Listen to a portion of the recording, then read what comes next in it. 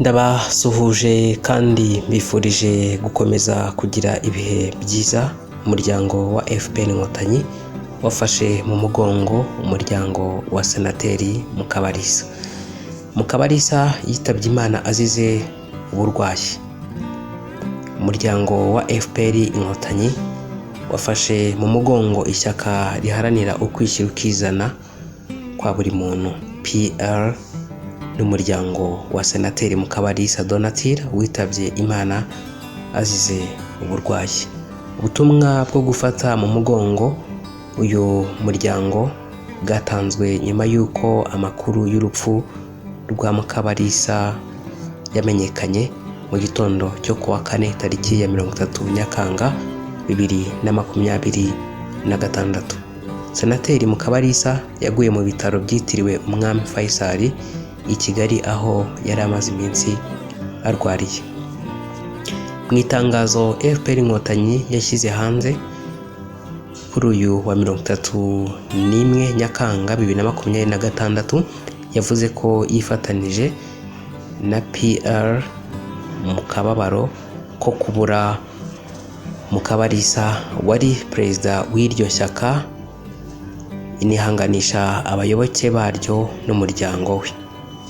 Yagize ati umuryango wa FPR Inkotanyi wifatanyije mu kababaro n'ishyaka riharanira ukwishyira ukizana kwa buri muntu PR kubera urupfu rwa nyakubahwa Mukabalisa Donatille wari perezida w'iryo shyaka. Umuryango FPR Inkotanyi wihanganishije abayoboke ba PR muri rusange n'umuryango wa nyakubahwa Senateri Mukabalisa Donatille by'umwihariko. FPR Inkotanyi yavuze ko Mukabalisa azahora yibukirwa ku musanzu we mu kubaka igihugu, by'umwihariko mu nshingano ze nka perezida w'umutwe w'abadepite n'umusenateri. Mukabalisa yinjiye muri politiki mu Ukwakira 2003 ubwo yatorerwaga kuba umudepite mu mwanya yegukanye kugeza muri 2008. Nyuma yaho yabaye umusenateri kuva muri 2011 kugeza muri 2013. Muri 2013 kandi yongeye gutorerwa kuba umudepite anayobora umutwe w'abadepite kugeza muri 2024. Nyuma ntiyongera kwiyamamaza. Usibye inshingano ze mu nteko ishinga amategeko, Mukabalisa yaranayoboye ishyaka riharanira ukwishyira ukizana kwa buri muntu PR, umwanya yatorewe muri 2016. PR ni ishyaka ryashinzwe ku wa 14 Nyakanga 1991.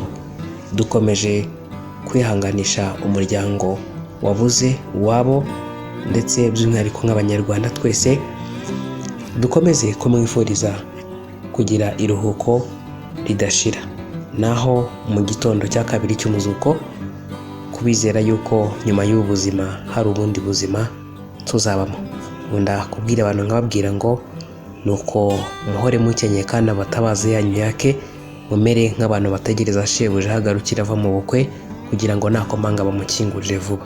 Hahirwa abagaragu shebuja azaza agasanga bari maso.